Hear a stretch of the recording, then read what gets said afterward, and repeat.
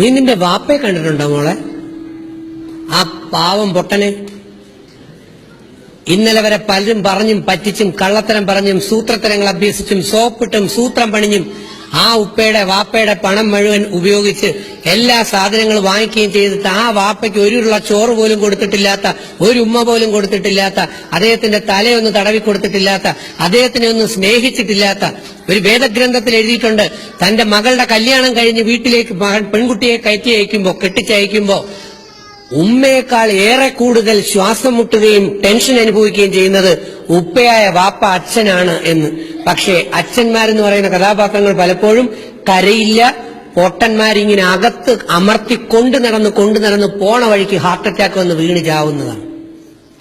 ഞാൻ പലപ്പോഴും പല അച്ഛന്മാരോട് പറഞ്ഞിട്ടുണ്ട്, നിങ്ങളൊന്ന് അറിഞ്ഞ് പൊട്ടിക്കര, നിങ്ങളുടെ അസുഖം എത്രയോ മാറും. പക്ഷെ കരയില്ല. ഒരു ദുരഭിമാനങ്ങളാണ് കുറെ അച്ഛന്മാർ. Lights of please.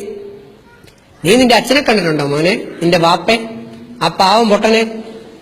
നിനക്ക് ലക്ഷങ്ങൾ വേണമെന്ന് പറയുമ്പോ MBBS വാങ്ങിച്ചു തരാനായിട്ട് ലക്ഷം കൊണ്ട് ബുക്ക് ചെയ്യാനും ഈ ലക്ഷം എവിടെ നിന്ന് വന്നു എന്ന് നിനക്കറിയില്ല. അദ്ദേഹം കഴിച്ചിട്ടില്ല, കുടിച്ചിട്ടില്ല, അദ്ദേഹം ജീവിച്ചിട്ടില്ല. നമുക്ക് വേണം ലക്ഷങ്ങൾ. ആ മനുഷ്യന്റെ അസുഖം എങ്ങനെയെന്ന് അറിയില്ല, അദ്ദേഹം എങ്ങനെയാണ് ജീവിക്കുന്നതെന്ന് അറിയില്ല. നമുക്ക് പരസ്യങ്ങളുടെ അടിമയിലും മറ്റു പല രീതിയിലും അവിടെ പഠിക്കാനും ഇവിടെ പഠിക്കാനും മറ്റെടുത്ത് പഠിക്കാനുമായി ലക്ഷക്കണക്കിന് രൂപ. എത്ര ലക്ഷം? 50 ലക്ഷം, 40 ലക്ഷം, 30 ലക്ഷം. എനിക്കത് കിട്ടണം, കാരണം എന്റെ ഫ്രണ്ട് അവിടെ പോകുന്നു, എന്റെ ബാക്ക് അവിടെ പോകുന്നു. നമുക്കതിന് വരുമാനമുണ്ടോ? നമ്മുടെ അവസ്ഥ എന്താണ്? നമ്മുടെ കുടുംബം എന്താണ്? നമുക്ക് കിട്ടിയ പഠനത്തിൽ ഏറ്റവും നന്നായി പഠിച്ചാൽ മെരിറ്റ് കയറിപ്പോ അവസരമുണ്ട്. ഇല്ല. വാപ്പയെ അറിയാത്ത മക്കൾ, ഉമ്മയെ അറിയാത്ത മക്കൾ. നീ നിന്റെ വാപ്പയെ കണ്ടിട്ടുണ്ടോ മോനെ? ഈ കണ്ണുകൊണ്ടല്ല, പടച്ചോൻ അകത്തൊരു കണ്ണ് തന്നിട്ടുണ്ട്, അകത്തൊരു കണ്ണ്. ആ അകത്തെ കണ്ണുകൊണ്ട് നീ നിന്റെ വാപ്പയെ സ്നേഹിക്കുന്നുണ്ടെങ്കിൽ ഈ കാഴ്ചയൊന്ന് കാണും. ഇന്നു മുതൽ നീ നിന്റെ വാപ്പയെ സ്നേഹിച്ചു തുടങ്ങും, അതിന് യാതൊരു സംശയമില്ല. പക്ഷെ നാളെ രാവിലെ നീ കണ്ണു തുറക്കുമ്പോ നീ ഇന്നലെ വരെ സ്നേഹിച്ചിട്ടില്ലാത്ത നിന്റെ വാപ്പയോട് പടച്ചോൻ പറയുന്നു, നീ ഇനി തിരിച്ചു പോരേന്ന്. നീ കണ്ണു തുറന്നു നോക്കുമ്പോ, നാളെ രാവിലെ ഉണർന്നു നോക്കുമ്പോ നിന്റെ വാപ്പ മയ്യത്തായി കിടക്കുന്നു എന്നൊന്ന് വിചാരിക്കുമോളെ. ചുമ്മാ ഒരു വഴിക്ക് പോവേയില്ലേ, ഇരിക്കട്ടൊരെണ്ണം.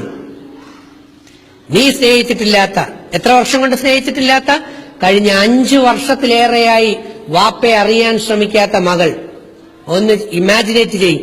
നാളെ രാവിലെ മയ്യത്തായി മരിച്ചു കിടക്കുന്ന ആ ശരീരം പിന്നെ ഇല്ല. പിന്നെ നിനക്ക് ആനയാവാനും ചേനയാവാനും ലക്ഷങ്ങൾ എവിടെ നിന്ന് വരും എന്ന് നീ ഊഹിക്കണം, ചിന്തിക്കണം. അപ്പൊ ജീവിച്ചിരിക്കുമ്പോ മനുഷ്യന്റെ വില എന്താണെന്ന് അറിയണം, മരിച്ചു കഴിഞ്ഞിട്ടല്ല. ഇന്നത്തെ കേരളത്തിന്റെ ശാപം എന്ന് പറയുന്നത് നമ്മൾ അർഹിക്കുന്നവരെ ആദരിക്കുന്നില്ല, ബഹുമാനിക്കുന്നില്ല. ഖുർആൻ പഠിപ്പിക്കുന്നത് എന്താണ്? അറിഞ്ഞാദരിക്കണം, ബഹുമാനിക്കണം എന്ന്. നമ്മളോ അറിഞ്ഞാദരിക്കില്ല, ബഹുമാനിക്കില്ല. ജീവിച്ചിരിക്കുമ്പോ വില കൊടുക്കൂല, മരിച്ചു കഴിയുമ്പോ പൊക്കിക്കൊണ്ട് കിടക്കും, അല്ലെങ്കിൽ ലാസ്റ്റ് സ്റ്റേജിൽ പൊക്കിക്കൊണ്ട് കിടക്കും, ചെറുപ്പത്തിലേക്ക് കൊടുക്കൂല. പക്ഷെ നിങ്ങൾ അങ്ങനെ ആകാൻ പാടില്ല. നീ നിന്റെ അച്ഛനെ സ്നേഹിക്കുന്നുണ്ടെങ്കിൽ വാച്ച് ദിസ് ക്ലിപ്പ്. ഇതൊരു ജപ്പാന്റെ ക്ലിപ്പിംഗ് ആണ്. ജപ്പാനാണ് ഏറെ മൂല്യങ്ങൾക്ക് ഇമ്പോർട്ടൻസ് കൊടുത്ത് ക്ലിപ്പുകൾ ഇറക്കുന്നത്. കാരണം അവരുടെ അച്ഛന്റെ അമ്മയുടെ ഒക്കെ വിലകൾ, നന്ദിയുടെ വില. Thank you. നമുക്ക് കണ്ടു നോക്കാം. ഒരു മകൻ വാപ്പ വാങ്ങിച്ചു കൊടുത്ത ഗിറ്റാറുമായി ആലോചിക്കുക, എങ്ങനെയാണ് എന്റെ വാപ്പ ഈ ഗിറ്റാർ വാങ്ങിത്തന്നത്? അവൻ ആലോചിക്കുകയാണ്. മരക്കട്ട പോലെ ഇരുന്ന് ആലോചിക്കാതെ സ്വന്തം വാപ്പ ഓരോന്നും വാങ്ങിച്ചു തന്നതിനെ കുറിച്ച് ആലോചിക്കുക. ഈ നടക്കുന്ന വാപ്പയെ സ്വന്തം വാപ്പയുടെ മുഖം വെച്ച് ആലോചിക്കും.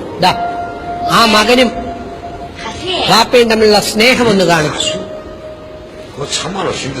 Lights of please. ഒരു വാപ്പയും മകനും പോകുന്ന പോക്ക് കണ്ടോ? ആ വാപ്പയും മോനും തമ്മിലുള്ള സ്നേഹം കണ്ടോ? ആ വാപ്പയുടെ മുഖം നോക്കിയേ, നിങ്ങളുടെ സ്വന്തം വാപ്പയുടെ മുഖം നോക്കിയേ. ഈ ലൈറ്റ്സ് വീണ്ടും പിശാചിന്റെ ഈ ലൈറ്റ് ഓഫ്, ഈ ലൈറ്റ് ഗിറ്റാറാ. ഞാൻ എവിടെ പോയി വാങ്ങിക്കാൻടാ? എനിക്ക് അതിനുള്ള പൈസ ഇല്ലല്ലടാ. വാപ്പ എനിക്ക് ഗിറ്റാർ വേണം. നിനക്ക് സ്മാർട്ട് ഫോൺ വേണം, മൊബൈൽ വേണം, ലാപ്ടോപ്പ് വേണം, എല്ലാ സാധനങ്ങളും നിങ്ങൾക്ക് വേണം. ആ വാപ്പയും പോകുന്നു. ആ വാപ്പ മകനെ തോളിലെടുത്തുകൊണ്ട് നടക്കുന്നു. നിങ്ങളുടെ വാപ്പമാർ എത്ര വർഷം തോളിലെടുത്തുകൊണ്ട് നടന്നിട്ടെന്ന് അറിയാം മോനെ? നീ ഇപ്പൊ തടിയനായി, നിനക്ക് നിന്റെ വാപ്പ എടുക്കാനുള്ള ആരോഗ്യമായി.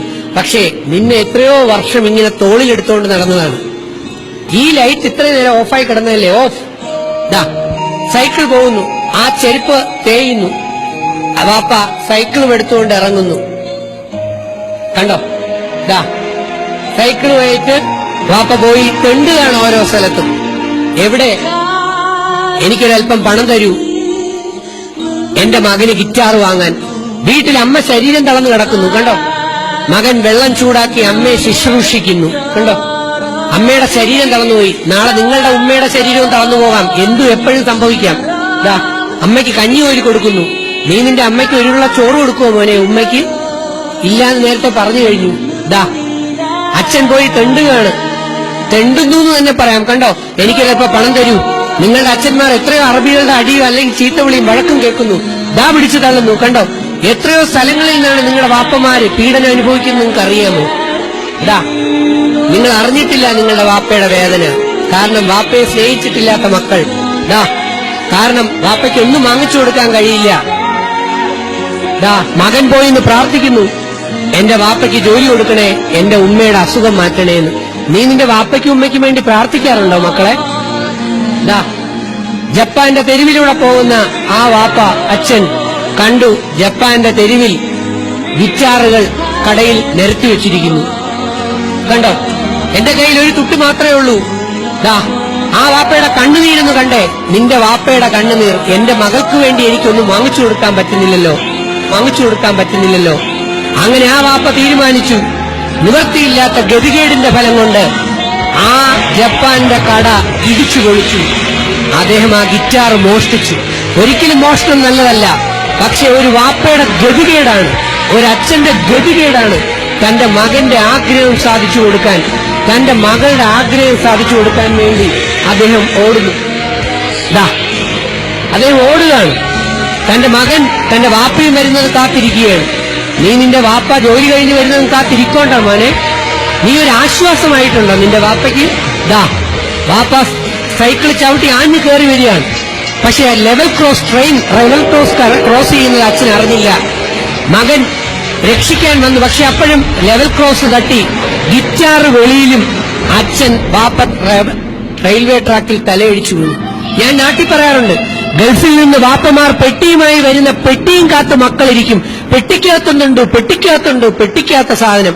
പക്ഷെ ഈ പെട്ടി നിറയ്ക്കാൻ വാപ്പമാര് കിടന്ന് പാടുപെടുന്നത്. സൗണ്ട് വാപ്പ എണീക്കാൻ ശ്രമിച്ചു.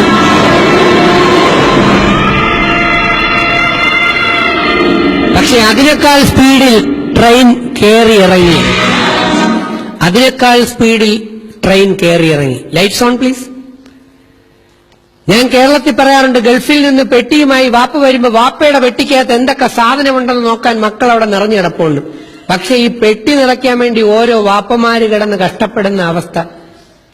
ഇല്ലാത്ത പണം കടവും കൂടെ വാങ്ങിച്ചുകൊണ്ട് ഗൾഫിലേക്ക് നിന്നും കേരളത്തിലേക്ക് തിരിച്ചോടുമ്പോൾ ഒരു അവസ്ഥ. നിങ്ങൾ ഇവിടെ കൂടെ നിന്ന് എല്ലാം സന്തോഷിക്കുന്നു, സുഖിക്കുന്നു. Lights full on.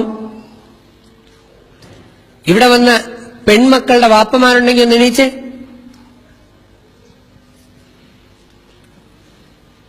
ഈ വാപ്പമാരെ സ്നേഹിക്കാൻ താല്പര്യമുള്ള ഇവരുടെ പെൺമക്കളുണ്ടെങ്കിൽ ഒന്ന് എണീച്ചേ. Come on quick. നിന്റെ വാപ്പയ്ക്ക് ഇന്നുവരെ നീ കൊടുത്തിട്ടില്ലാത്ത, നീ നിന്നെ വാപ്പയെ സ്നേഹിച്ചിട്ടില്ലാത്ത മക്കൾ ഓടിച്ചെന്ന് ആ വാപ്പയ്ക്ക് ഒരു ഉമ്മയും കൊടുത്ത് കെട്ടിപ്പിടിച്ച് പൊട്ടിക്കരയുകയാണ് വേണ്ടത് പടച്ചോന്റെ നാമത്തിൽ. കാരണം നിനക്ക് ഈ ഭൂമിയിൽ ജന്മം തന്ന വാപ്പ. ഇനി കാണ് ഓരോ വാപ്പമാരുടെയും സന്തോഷം. വരുന്ന മകളുടെ കണ്ണും കാണുക, വരുന്ന വാപ്പയുടെ കണ്ണും മക്കളൊന്ന് കാണുക. കണ്ടോ? കാണണം, അറിയണം. ഓരോ കുട്ടികളും പാരന്റ്സിനെ അറിയണം. തന്റെ വാപ്പ അച്ഛൻ അനുഭവിക്കുന്ന കഷ്ടത അറിയണം, അവരുടെ ഹൃദയം അറിയണം. അങ്ങനെ ഒരു ലൈഫ് ഉണ്ടെന്നറിയണം. അങ്ങനെ തിരിച്ചറിയുന്ന പെൺകുട്ടിക്ക് മാത്രമേ ഭാവിയിൽ അവളുടെ ഭർത്താവിനെ സ്നേഹിക്കാൻ പറ്റൂ, ആ പയ്യനെ അവന്റെ ഭാര്യയെ സ്നേഹിക്കാൻ പറ്റൂ. ഇല്ലാത്തവർക്ക് അത് നടക്കില്ല. കാരണം ആ ജീൻ ആക്ഷൻ ഇല്ല. ഇപ്പൊ നീ യഥാർത്ഥ നല്ല കുട്ടിയായി, നല്ല മകളായി. അതാണ് ആദ്യം വേണ്ടത്. ആ വാപ്പയുടെ സന്തോഷം. ഓരോ വാപ്പമാരുടെയും സന്തോഷം. എന്റെ കണക്കുകൂട്ടൽ ശരിയാണെങ്കിൽ കഴിഞ്ഞ 5 വർഷത്തിനകത്ത് വാപ്പമാർ ഇത്രയും സന്തോഷിച്ചിട്ടുണ്ടാകില്ല. കാരണം നിങ്ങൾ ആ വാപ്പയൊന്ന് തൊട്ടിട്ട് പോലുമില്ല. പലരും വാപ്പയ്ക്കൊന്ന് തലയിൽ ടൈഗർ ബോംബ് പരട്ടി പോലും കൊടുക്കിട്ടില്ല. വാപ്പയ്ക്ക് തലവേദന ഉണ്ടോ, വരുമ്പോ എന്നാ ഒരു ഗ്ലാസ് ചായ അല്ലെങ്കിൽ ഒരു ഉരുള. നാളെ മുതൽ കഴിക്കുന്നതിന് മുമ്പ് നീ നിന്റെ വാപ്പയ്ക്ക് ഒരു ഉരുള കൊടുത്തു നോക്ക്, നിനക്ക് ദൈവം പുണ്യം തരുന്ന കാണാം. കാരണം മരിച്ചു കഴിഞ്ഞിട്ട് സ്നേഹിക്കുന്നത് വിഡ്ഢികളാണ്. ജീവിച്ചിരിക്കുമ്പോ സ്നേഹിക്കണം. മരിച്ചു കഴിഞ്ഞതിന് ശേഷം പൊട്ടിക്കരഞ്ഞ് നാട്ടുകാരെ കാണിക്കും, ആൾക്കാരെ കാണിക്കും.